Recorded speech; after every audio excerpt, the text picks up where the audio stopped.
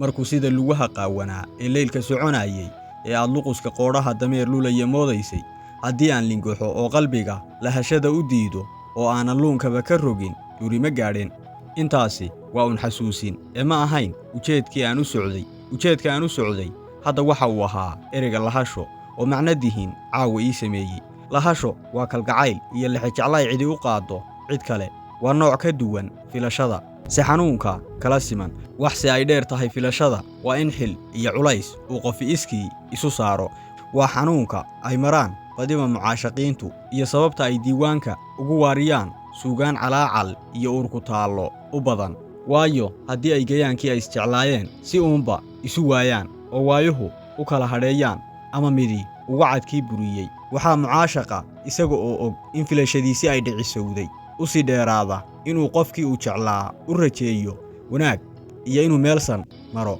amase uu masuugo go'aankii uu qaatay qofkaa tegey oo uu ula muuqdo inuu ahaa mid haadaan iyo hawtalhamag ku aroorin doona sidii inuu qofkaas uga aqoon badan yahay naftiisa waxa gubayase waa